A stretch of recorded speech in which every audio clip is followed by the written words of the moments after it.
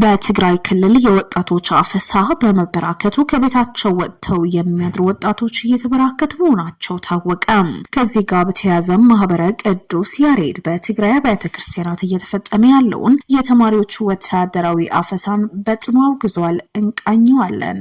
ግብጽ ወደ ድርድር እንደማትገባ አስታወቀች። የኤርትራው ፕሬዝዳንት ትልቅ ስጋት መሆኑ ተነገረ። ትግራይ 2 ሰዎች በወርቅ ማዕድን ማውጫ ላይ መሞታቸው ታወቀ።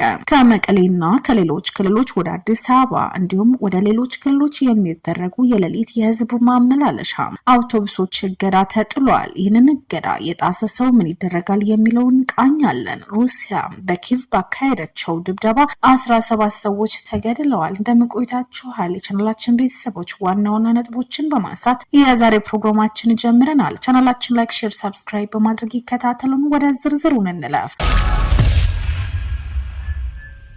በትግራይ ክልል የወጣቶችን አፈሳ በመበራከቱ ከቤታቸው ወጥተው የሚያድሩ ወጣቶች እየተበራከቱ መሆናቸው ታወቀ።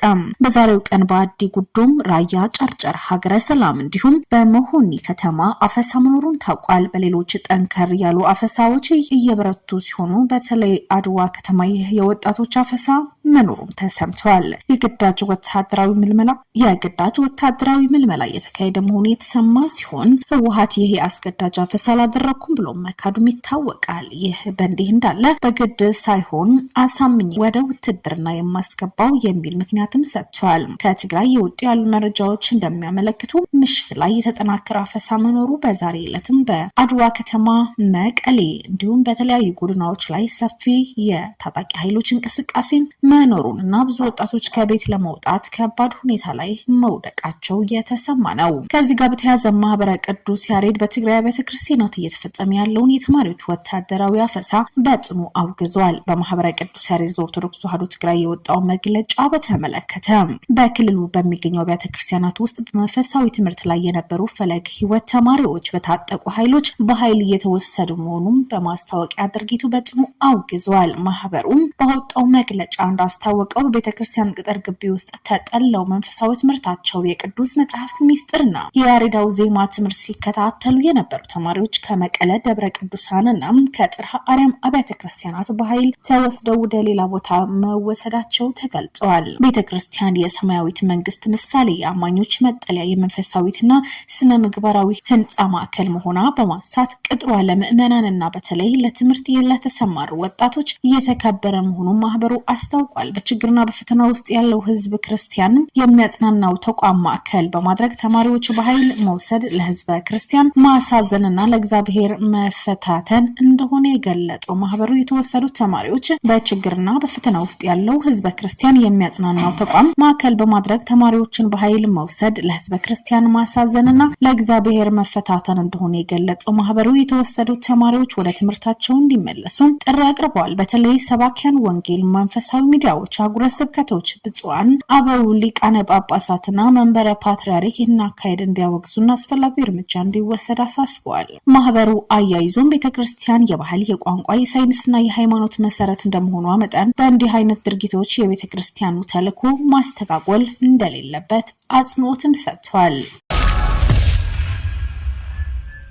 ግብጽ ወደ ድርድር እንደማትገባ አስታወቀች። አዲስ አበባ መቀመጫው ያደረገ መንግስትና የግብጽ መንግስት የገቡበት ሰጣ ገባ እየቀጠለ ነው። የግብጽ የውሃ መስኖ ሚኒስተር ሃኒስ ዊሊም በሀገራቸው ቴሌቪዥን በሰጡት መግለጫ የግብጽን ውሃ መብት የሚያስጠብቅ ግልጽ ብሔራዊ መርህና አስቀድሞ የተረጋገጠ የዋስትና ማዕቀፍ ካልተቀመጠ በስተቀር ካይሮ ወደ አዲስ አበባ ህዳሴ ግድብ ድርድር እንደማትገባ አስታውቋል። በ2023 የተቆረጠውና ፍሬ አልባ ሲሉ የገለጹት የቀድሞው ድርድር እንዲቆም የተወሰነው በመንግስት መሆኑ የጠቆሙት ሚኒስተሩ ቀደም ሲል ለተፈጠረው አለመግባባት የዓለም አቀፍ ህግ አለማክበር ኢትዮጵያ ተጠያቂ አድርገዋል። ይህ መግለጫ የተሰማው የአሜሪካው ፕሬዝዳንት ዶናልድ ትራምፕ ከግብጽ አቻቸው አብዱል ፈታህ አልሲሲ ጋር ከተገናኙ በኋላ አሜሪካ በካይሮ በአዲስ አበባ መካከል ያለው ውዝግብ ለመፍታት አዲስ ዲፕሎማሲያዊ ጥረት እንደምትጀምር ማስታወቁን ተከትሎ ነው። በተጨማሪ ሚኒስተሩ በኢትዮጵያ ውስጥ ድርቅ አለ መባልን በመጀመሪያ ያልተደገፈ ነው ሲሉ ሙሉ በሙሉ ያጣጣሉ ሲሆኑ በአሁኑ ወቅት በኢትዮጵያ ደጋማ አካባቢዎች ከመደበኛው አማካኝ በላይ ከፍተኛ ዝናብ እየጣለ ነው። የግብጽ ዓመታዊ የአባይ ውሃ ድርሻ አሁን በ55.5 ቢሊዮን ኪዩብ ሜትር ላይ የጠና ቢሆንም የህዝብ ቁጥሯ ግን ከ120 ሚሊዮን በላይ ማደጉን አብራርቷል። ይህ በ1960ዎቹ የነበረው የ2000 ኪዩብ ሜትር የነፍስ ወከፍ የውሃ አቅርቦት በአሁኑ ወቅት ከ500 ሜትር በታች እንዲያሽቆለቁል ማድረጉን በማንሳት ግብጽ ስጋት ውስጥ ሆኗል ተገልጿል። የኤርትራው ፕሬዝዳንት ትልቅ ስጋት መሆኑ ተነገረ። ለቀጠናው ትልቅ የሆነ ስጋት መሆኑ የተነገረው ኢሳያስ አፈወርቂ አሜሪካዊ የፖለቲካ ተንታኝ አንድሪው ኮሪብኮ በኳታር የኤርትራ አምባሳደር አሊ ኢብራሂም ኤርትራ ጸረ መንግስት ኃይሎች እየረዳች መሆኑ ያስተባበሉበት ትረካ ፍጹም ሐሰት ነው ይላሉ። ግብጽ ኢትዮጵያን ለመበታተን የምታካሄደው ድብልቅ ጦርነት በገንዘብ ብትደግፍም የፕሬዝዳንት ኢሳያስ አፈወርቂ አብዮታዊ ርዕዮተ ዓለም ጥርጣሬና በቀል የታከለበት ሚና ባይኖር ኑሮ ሴራው አይሳካ ነበር ይላሉ። ኤርትራ ከዚህ ቀደም ቢሆን በኢትዮጵያ ውስጥ ያሉ አማጽያን ስትደግፍ የቆየች ሲሆን አሁን ላይ ለጽንፈኛው ላለው የህወሓት አንጃ ብሎ ለተናገረው ለፋኖና ለሌሎች ስብስቦች የምታደርገው ድጋፍ የዚህ ፖሊሲ ማራዘሚያ ነው ሲሉ ተደምጠዋል። አንድሪው ኮሪብኮ ያነሱት ዋና ቁልፍ ነጥቦች ምንድን ናቸው የሚልን የፕሪቶሪያው ስምምነት መዘዝና ኢሳያስ አፈወርቂ የሰላም ስምምነቱ እንደ ክህደት ቆጥረውታል። ጠቅላይ ሚኒስትር አብይ ህወሓት ሙሉ በሙሉ እንዲያጠፋላቸው ይጠብቁ ስለነበር ምኞታቸው ሳይሳካ ሲቀር በአብይ ላይ ዙረዋል ይላሉ። እንዲሁም ያልተቀደሰ ጥምረት ኤርትራ አሁን ላይ ህወሓት ፋኖን ሌሎች የጽምዶ ጸረ መንግስት ጥላ ስር በማሰባሰብ ኢትዮጵያ ለመበታተን እየሰራች ነው። የግብጽ ተላላኪነት ኢትዮጵያ ባለፈው ጦርነት ወቅት የኤርትራ ጥገኛ ሀገር ስለሆነች ኤርትራ አሁን ላይ እንደ ግብጽ ተላላኪ ሆና በመንቀሳቀስ በቀል እየተወጣች ነው ይላል። የባህር በር ፍላጎት ሌላኛው አጀንዳ ሲሆን የባህር ጠረፍ ያላቸው ሀገራት ወደብ አልባ ኢትዮጵያን የመዝጋት ስጋት ስላለባቸው አብይ ይህንን የከፋ ሁኔታም አስቀድሞ ለማስቀረት አስተማማኝ የባህር በር ይፈልጋል። በመሆኑም ዓለም አቀፍ ማህበረሰብ አስቸኳይ እርምጃ ሊወሰድበት የሚገባው ለቀጠናው ሰላም ትልቁን ስጋት የደቀነው ኢሳያስ አፈወርቂ እንጂ አብይ አህመድ አይደለም የሚል ሀተታም ጽፏል።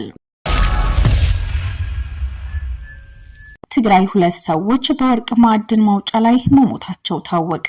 ባለስልጣናት እንደተናገሩት በትግራይ ህገወጥ የማዕድን ማውጫ መደርመሱን ተከትሎ 2 ሰዎች መሞታቸውን የታወቀው ከጎናቸው በጉድጓድ ውስጥ የነበሩ 4 ሰዎች በአብይ አዲ ከተማ አቅራቢያ ከአደጋው መትረፋቸው ታውቋል። 2 ወጣቶች በተከለከለ ቦታ በህገወጥ መንገድ ወርቅ ማዕድን ላይ ለማውጣት ሲሞክሩ የመሬት መንሸራተት በማጋጠሙ በአብይ አዲ ከተማ 2 ወጣቶች እንዲሞቱ ሰለባ ሆኗል። አደጋው የመሬት መንሸራተት መንስኤ በወቅቱ ከባድ ዝናብ ሊሆን እንደሚችልም ተጠቁሟል። በወርቅ ማዕድን ማውጫ ላይ የተሰማሩ ወጣቶች የዝናብ ወቅት ስለሆነ ከአደጋ ራሳቸውን መጠበቅ እንዳለባቸው ይፋ ተደርጓል። በትግራይ የተለያዩ ክፍሎች መደበኛ ያልሆነ ህገወጥ የወርቅ ማዕድን ማውጣት ተስፋፍቷል። በአብይ አዲ አካባቢ እንዲሁም በሩባተ ከዚያ አካባቢ 2 የወርቅ ማዕድን ማውጫዎች አሉ። ደህንነቱ ያልተጠበቀ መደበኛ ያልሆነና ህገወጥ የወርቅ ማዕድን ማውጣት በተለያዩ የዓለም አቀፍ ክፍሎች ሰዎችን እየገደለ እንደሚገኝም የሚታወቅ ነው።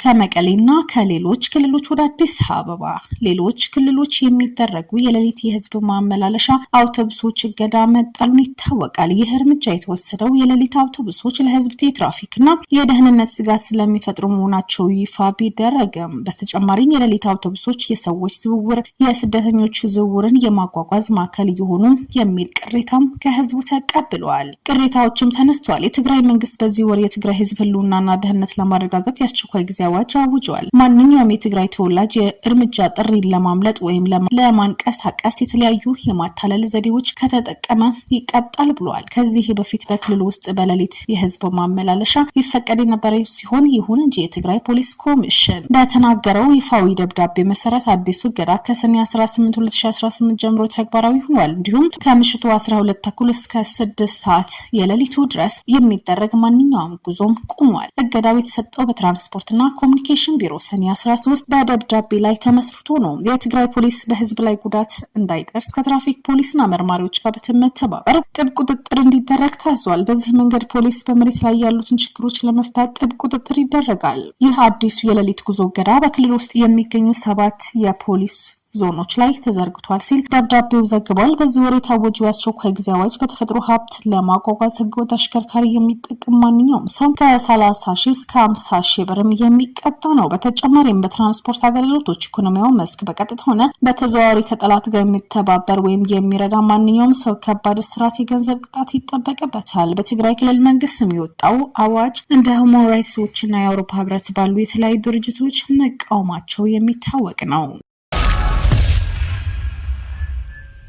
ሩሲያ በኪቭ ባካሄደችው ድብደባ 17 ሰዎች ተገደሉ፣ በርካቶችም ቆስለዋል። ሩሲያ ከትናንትና ሌሊት አንስቶ እስከ ዛሬ ጠዋት ድረስ በዩክሬን ዋና ከተማ ኪቭ ላይ ባካሄደችው የድሮን የሚሳኤል ጥቃት ቢያንስ 17 ሰዎች ተገድለዋል፣ በርካቶች ቆስለዋል። ጥቃቱ የተፈጸመው ዩክሬን በሩሲያ በነዳጅ ዘይት ተቋማት ላይ በጣለችው ጥቃቶች ሩሲያ ለደረሰባት የነዳጅ እጥረት በፕሬዝዳንት ፑቲን ላይ ላደረሰችው ጫና አጥፋ መሆኑ ሞስኮ ማሳወቃለች። ለ11 ሰዓታት በዘለቀው በዚህ ድብደባ ኪቭ በከባድ ፍንዳታ ተንጣለች። በከተማይቱ 30 ስፍራዎች ውስጥ የሚገኙ የመኖሪያ ህንጻዎች፣ የሲቪል መሰረተ ልማቶች ላይ ጉዳት ደርሷል። የዩክሬን የሀገር ውስጥ ጉዳይ ሚኒስቴር እንዳስታወቀው በጥቃቱ 20 የሚሆኑ የመኖሪያ ህንጻዎች ጉዳት ደርሶባቸዋል። ባለስልጣናት ማስጠንቀቂያ ከተናገሩ በኋላ በርካታ ነዋሪዎች ከምድር በታች የሚገኙ የባቡር ጣቢያዎች ውስጥ ተጠለው እንደነበር የእርዳታ ሰራተኞች ከፍርስራሾች ስር የተቀበሩ ሰዎች እየፈለጉም ናቸው። የቻናላችን ቤተሰቦች ለዛሬው ያዝናቸው ዋና ዋና ነጥቦችን ይህንን ይመስሉ ነበር።